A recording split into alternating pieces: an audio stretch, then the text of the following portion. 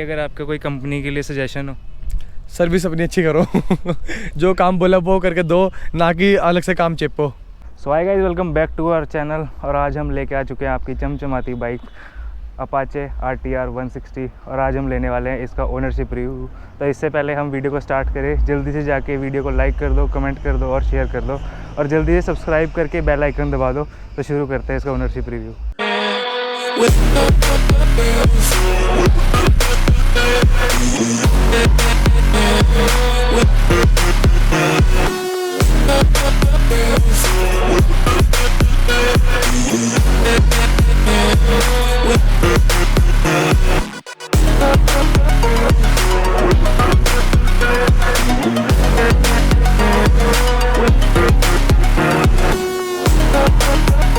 Guys हमारे साथ आ चुके हैं हमारे बाइक के ओनर प्रियांशु भाई। प्रियांशु भाई क्या हाल चाल है? बहुत बढ़िया मेरे भाई, आप सुनाओ कैसे हो? एकदम बढ़िया। भाई को हम काफ़ी टाइम से बुला रहे थे वीडियो पे, पर आज एकदम से आना हुआ भाई का। सो भाई मेरा पहला क्वेश्चन आपसे यही है कि ये बाइक को लेने का आपका क्या मोटिव था और यही बाइक क्यों लिया आपने? भाई मैंने बजाज की पल्सर देखी थी, पल्सर NS देखी थी 160। मैं भी इससे पहले बजाज पल्सर 160 थी। अच्छा। बट कि मुझे बजाज की सर्विस सेंटर इतने अच्छे नहीं लगे। बजाज की कॉस्टिंग बहुत हाई लेवल है और इतनी बाइक भी अच्छी नहीं है जो TVS मेरे को दे रही है हर चीज़ में। अच्छा। TVS की कॉस्टिंग बहुत जेन्युइन है, बाइक भी बहुत प्यारी है और कोई कमी नहीं है आज तक मेरी बाइक में। अच्छा। तो इसलिए मैंने फिर ये अपाची ही सिलेक्ट करी इस बात को, इसलिए लेने के लिए। ठीक है।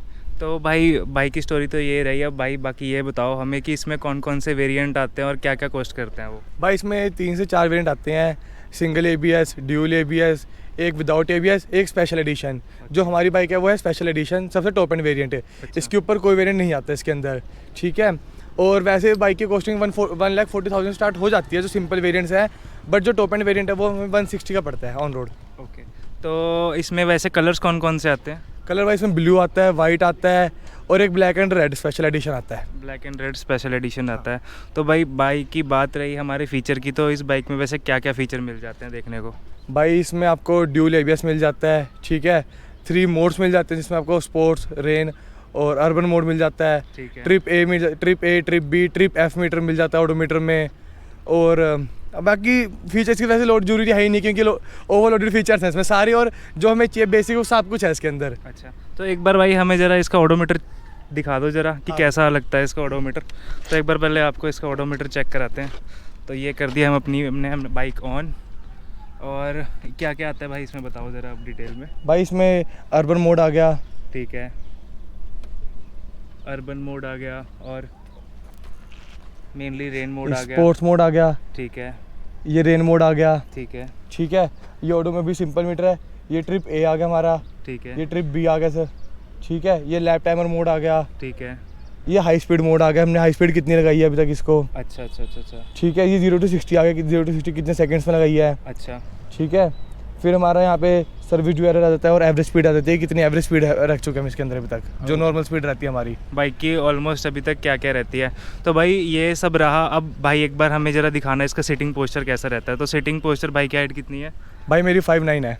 5'9" है बाइक की हाइट। तो एक बार बैठ के दिखाओ भाई कि कितने आपके पैर लग रहे हैं और कैसा लगता है इस पर। सो ऑलमोस्ट भाई के दोनों पैर ही लग गए हैं। और एक बार आपको फ्रंट से भी दिखा देते हैं।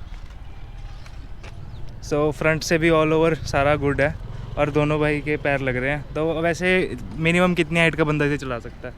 भाई मिनिमम 5'5'6" चला सकता है, स्टार्ट कर सकता है आराम से। 5'5'6" वाला? हाँ, इतना कोई इशू नहीं है हाइट का इसके अंदर। अच्छा अच्छा। हाँ जी, बस बैलेंसिंग और कंट्रोल होना चाहिए अच्छे से बाइक पे, बंदे को इशू नहीं आता हाइट में। तो भाई मेरा नेक्स्ट क्वेश्चन आपसे ये है कि बाइक की अभी तक बात रही, हमारी फीचर्स की, बाकी सब की बात रही।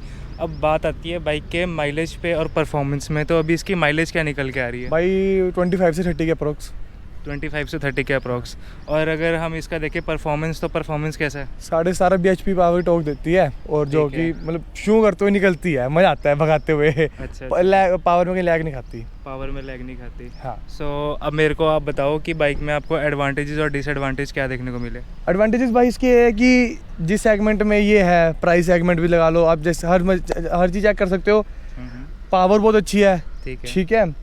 लुक्स वाइज भी बहुत प्यारी लुक्स है इसकी, ठीक है। और सीटिंग पोस्चर में है कि आपकी बैक नहीं पेन होती। सबसे मेन बात, अगर आप लॉन्ग रूट पे लेके जाते हो तो आपको कोई इशू नहीं आएगा कि हाँ मैं थक रहा हूँ या कुछ ऐसा सीन है, ठीक है। और मेन बात भाई, लोग मुड़ के देखते हैं। अच्छा। जब जाती है शुगर तो लोग देखते जरूर है कि कौन सी बाइक गई है। ये तो बहुत बढ़िया बात है। तो भाई बात रही अब डिसएडवांटेजेस की, तो डिसएडवांटेज तो आपने बता दिए, तो आप डिसएडवांटेज बताओ इसके क्या क्या है। डिसएडवांटेज भाई, एक तो थोड़ी सीट कंफर्टेबल नहीं है, हाँ हाँ ठीक है। चैन लूबिंग हफ्ते में 2 से 3 बार करनी पड़ती है, चैन बहुत जल्दी ड्राई हो जाती है इसकी, ठीक है। ठीक है। बाकी थोड़े बहुत देखो माइनर प्रॉब्लम्स तो देखो हर बाइक में आई जाती है।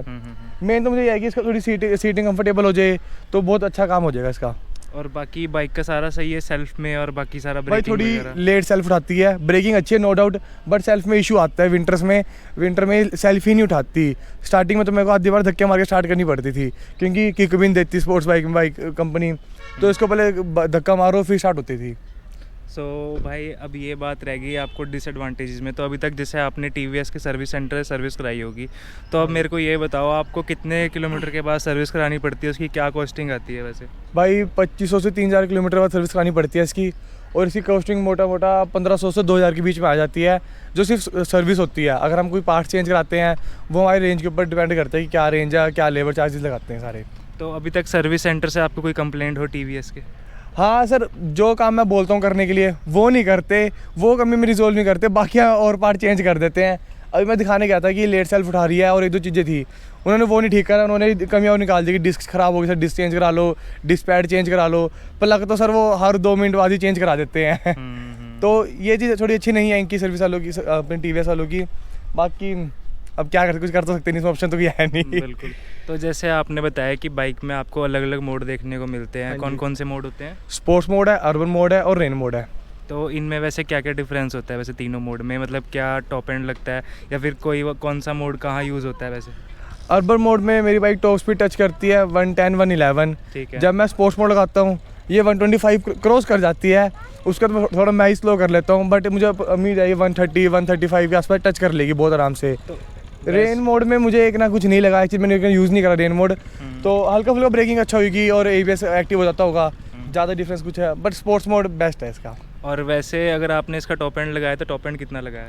टॉप एंड मैंने इसका 131 लगा चुका हूँ अब तक। 131 टॉप एंड इसका लगा चुके हो? हाँ जी। तो सर्विस की बात हो गई हमारी, तो सर्विस के बारे में बताओ भाई। कोई TVS वालों ने आपकी जैसे कमी निकाल ली, तो उन्होंने वैसे अभी तक ठीक करा हो? नहीं, मेरी लेट सेल्फ में अभी भी इशू आ रहा है। बैटरी चेंज करा ली इसकी मैंने, सब कुछ चेंज करा लिया, बट लेट सेल्फ अभी भी दिक्कत आती है सुबह एक बार मुझे। सुबह कर लो चाहे शाम को कर लो स्टार्ट, लेट सेल्फ उठाती है। तो भाई ये बात होगी सर्विस सेंटर की। तो अब मेरे को ये बताओ कि ये बाइक एक्चुअल में पीपल को ख़रीदनी चाहिए, लोगों को ख़रीदनी चाहिए ये बाइक, या फिर नहीं ख़रीदनी चाहिए?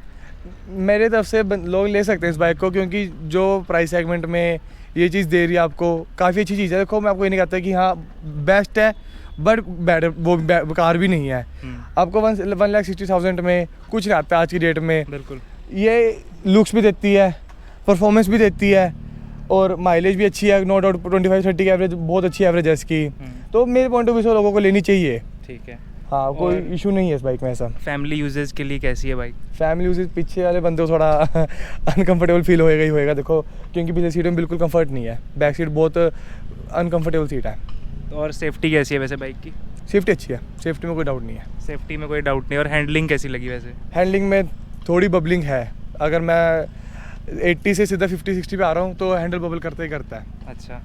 तो भाई बात रह गई हमारी, यहाँ पे रह गया जैसे आपको कभी पार्ट्स की ज़रूरत पड़ी हो, फॉर एग्जांपल जैसे कहीं किसी को लग जाए हल्का सा, उसको पार्ट्स की एकदम से एट अ टाइम ज़रूरत पड़ी कि सुबह कुछ हुआ शाम को चाहिए, तो वो उस टाइम पे पार्ट्स वैसे मिल जाएंगे क्या नहीं मिलेंगे? भाई पार्ट्स मिल जाते हैं, बट सेम डे नहीं देते बाइक को, 1 से 2 दिन रख के फिर करके देते हैं काम ठीक, बट अच्छा। पार्ट्स मिल जाते हैं, कोई इशू नहीं आता है सच। ठीक है। थोड़े भाव खाते हैं बस।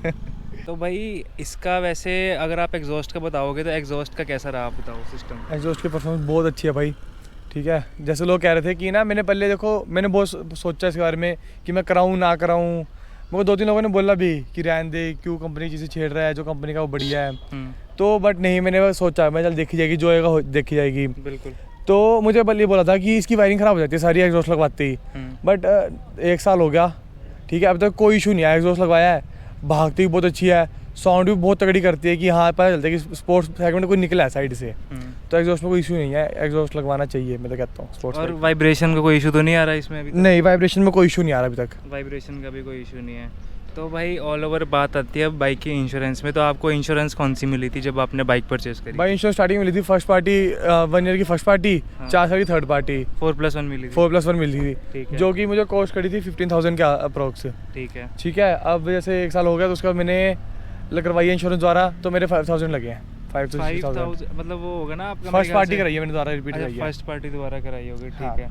तो अब मेरा नेक्स्ट क्वेश्चन आता है भाई, जैसे बाइक में हमारे इसमें टेक्नोलॉजी आपने बताया कि मोड हैं, ये सब है, तो जो मोड या फिर फीचर जो भी हैं वो इजी टू यूज़ हैं या फिर वर्थ रखते हैं? क्योंकि ऐसा ना हो कि आपको फ़ीचर बहुत सारे दे रखे हैं और बाद में पता चले कि भाई वो किसी काम के नहीं है, तो ये बात तो नहीं हुई है वैसे? ना भाई, फीचर इजी टू यूज़ है। जैसे मेरा कोई फ्रेंड लेके जाता है बाइक, तो मतलब उसको कॉल करके मुझे पूछने की लोड नहीं है कि भाई ये क्या करूँ, या ऐसे कैसे करूँ, या ब्लूटूथ कनेक्ट कैसे करूँ। क्योंकि एक तो ब्लूटूथ कनेक्टिविटी की सबसे अच्छी चीज़ है, इसमें ना हमें स्क्रीन में ही गूगल मैप शो जाता है। अच्छा। हम जैसे इनका TVS का ऐप है, हम उसमें बाइक कनेक्ट करेंगे अपनी, और लोकेशन आएगा हमें जहाँ जाना है, वही स्क्रीन हमें डायरेक्शन दिखाएगी। अच्छा। तो सबसे अच्छी चीज़ है यानी, मैंने तभी ये सेकंड चूज़ किया था कि मुझे मेन ब्लूटूथ मिल रहा था। ओके। आपको उसमें सारी कॉलिंग डिटेल्स मिल जाती है कि किसका कॉल आ रहा है आपके फ़ोन पे, सारी चीज़ें बता देती है आपका डिस्प्ले। अच्छा, और वैसे मेंटेनेंस कॉस्ट क्या पड़ती है हमारी बाइक की वैसे पर मंथ के हिसाब से? जैसे ल्यूब हो गया, चैन हो गया, और इस सब में वैसे 1,500 के अप्रोक्स। 1,000-1,500 के अराउंड इसकी मेंटेनेंस पड़ती है। और भाई जैसे आप बता रहे थे इसकी ब्रेकिंग के बारे में, तो इसमें ब्रेक पैड कितने के डलते हैं और वो कितने के आते हैं वैसे? ब्रेक पैड मेरे भाई 400-500 के बीच में पड़ जाते हैं। 400-500 के। और पिछले वाला और अगले वाला? सेम रेट है दोनों के। सेम रेट ही ऑलमोस्ट दोनों के। और जो डिस्क पैड है वो पिछली है लेबर चार्ज लगा के 1,300 के आसपास, और जो फ्रंट वाली है वो है 18 to 1,900 के आसपास। ठीक है। सो अब हम जैसे वीडियो के एंड में जस्ट आने ही लगे हैं, तो भाई अब मेरे को ये बताओ आप कि जैसे आपने एडवांटेज और डिसएडवांटेज बता दिए, तो जैसे आप कभी जाते हो बाइक को लेके, तो आपको कभी किसी का कोई कमेंट मिलता है या फिर कोई आपको बोलता है कि नाइस बाइक, इस तरीके से? हाँ भाई, ये तो मेरे साथ बहुत बार हुआ है। जैसे मैं कहीं बाइक खड़ी भी करता हूँ तो लोग देखते जरूर है कि हाँ कौन सी बाइक है। मेन बात रेयर है, मतलब हर किसी के पास नहीं है, तो बंदे मुड़ के जरूर देखते हैं। अगर मैं ड्राइव कर रहा हूँ प्रॉपर सेटअप के साथ, तो लोग मुड़ के देखते हैं कि हाँ कौन सी बाइक साइड से निकली है मेरे। और सबसे अच्छी बात इसके अंदर ही है, इसमें हमें लीवर एडजस्टमेंट मिल जाती है आगे। ओके। जो कि बहुत कंफर्टेबल है। इसमें 3 सेटिंग्स होती है, जिसमें सेटिंग में चला लो जैसे कोई हाथ सेटिंग करता है। ओके। बहुत अच्छी चीज़ है ये तो इस बाइक के अंदर। सो भाई जैसे अब मेरा लास्ट क्वेश्चन आपसे यही है कि जैसे आप अपनी बाइक को कितना रेट दोगे अगर हम इसको इस पे ऑल ओवर मिला के देखें, कंफर्ट पे, माइलेज में, परफॉर्मेंस में, इंजन रिफाइनमेंट में और सेफ्टी में, तो आउट ऑफ 10 कितने नंबर दोगे अपनी बाइक को? भाई सेफ्टी में 9 लगा लो, ठीक है। मेन अगर कंपनी की आप हम चेक करते हैं कि हाँ कंपनी सर्विसिंग के हिसाब से, तो मैं 7 से ऊपर नहीं दूंगा कंपनी को, क्योंकि जो चीज़ हमें चाहिए वो कंपनी करके नहीं दे रही, तो मैं उसको कैसे रेटिंग अच्छी कर दूंगा। बिल्कुल बिल्कुल। ठीक है, बाकी तो ऑल ओवर तो बेस्ट बाइक है। देखो भाई, मतलब ऑल ओवर इसको 10 में से कितनी रेटिंग दोगे ऑल ओवर में? भाई 9.5 का। 9 या फिर 9.5। हाँ। ठीक है। और भाई अगर आपका कोई कंपनी के लिए सजेशन हो? सर्विस अपनी अच्छी करो जो काम बोला वो करके दो, ना कि अलग से काम चेपो। अच्छा। सो अब ये है कि इस बाइक को लेना वर्थ करता है 2024 या 2025-26 में, कोई भी आने वाला टाइम है, अगर कोई बंदा देखना चाह रहा है तो वो किस सेगमेंट की बाइक देखे तभी जाके वो इस बाइक पे आए? भाई अगर कंपनी रेंज नहीं बढ़ाती इसकी, अगर रेंज 160-170 के आसपास ही रखती है, तो ये कंपनी बेस्ट आने वाले टाइम में, क्योंकि आपको सब कुछ मिल रहा है इस बाइक में। और रेंज जो सेगमेंट है वो भी बहुत जेन्युइन है। 160 के आसपास आपको स्पोर्ट्स बाइक दे रही है कंपनी, सारे फीचर्स दे रही है, तो मैं रिकमेंड करूँगा कि हाँ लोग परचेज़ कर सकते हैं इसको आगे जाके, अगर कंपनी यही रेंज रखे तो। ठीक है। So guys this is for now. इसके बाद आ रहे हैं हम आपसे मिलने मोटो सेटअप पे, तो अब मिलते हैं आपको मोटो सेटअप पे। गाइज यहाँ पे आ गए हैं हम अभी अपने मोटो सेटअप पे, और एक बार आपको गोल घूम के बाइक का चक्कर दिखा देते हैं। भाई बाइक लग कैसी रही है, बढ़िया लग रही है। अब इसके बाद इसको स्टार्ट करते हैं और इसका राउंड लेके आता है, और फिर उसके बाद बताता हूँ मैं आपको कैसी लग रही है मेरे को। भाई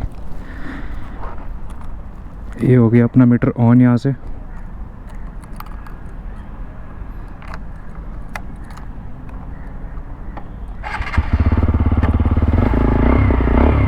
और एक बार स्टॉक इसकी आवाज़ भी सुन लो भाई एग्जॉस्ट की।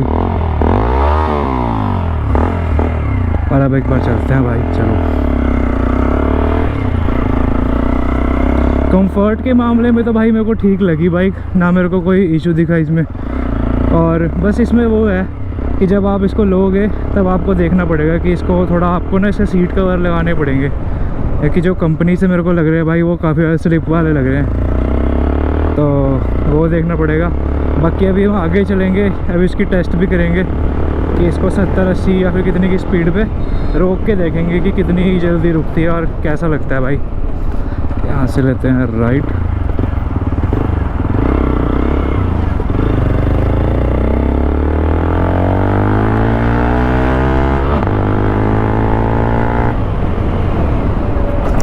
अभी स्पीड ब्रेकर आया भाई, वो भी आराम से ही हो गया, मतलब सस्पेंशन भी इसका अच्छा ही है।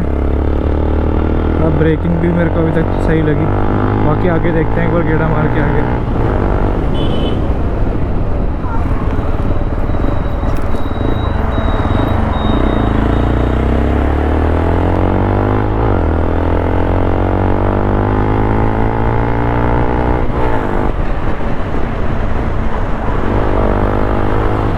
सिटी ड्राइव के लिए मतलब कंफर्टेबल बाइक है यार पूरी, मतलब आराम से चल रही है ये देखो, और आराम से, मतलब कोई ज़्यादा प्रेशर भी नहीं आ रहा है इसमें।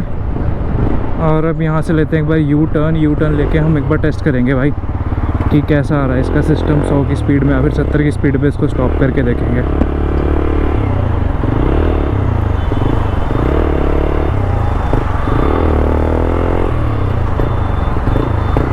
यहाँ से ले लिया अपना यू टर्न हमने।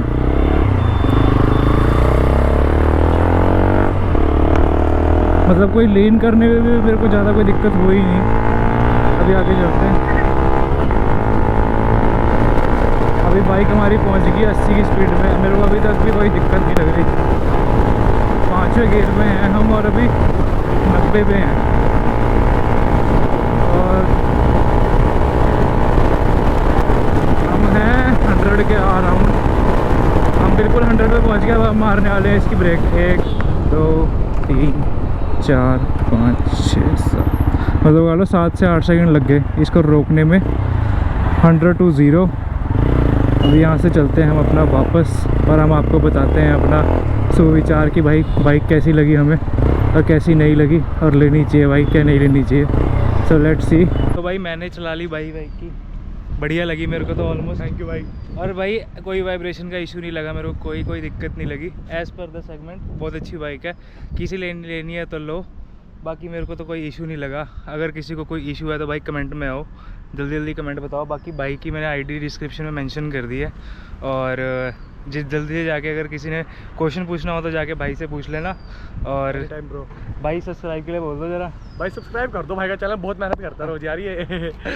तो भाई फटाफट सब्सक्राइब कर दो, बेल आइकन दबा देना सब्सक्राइब करके, लाइक शेयर कमेंट। तब तक के लिए गुड बाय, टेक केयर। मिलते हैं अगले व्लॉग में या फिर अगले किसी रिव्यू में। जय श्री राम। जय श्री राम। जिस जगह पे इनकी जलती है बस उसी जगह पे मैं डालूंगा घी। आग लगा देगा भाई तेरा, पूरी दुनिया जला देगा भाई तेरा। यहाँ खुद नहीं आए तुम लाए गए हो, बेटा मेरे आगे तेरे जैसे आए गए बहुत। चल बाय बाय बाय। जो किसी की नहीं मानते, जो किसी पे ना ध्यान दे, होता सफल वो। तेरे पले पड़ा कुछ तो तू भाई है, बाकी सारे आके मेरा तोता पकड़ लो।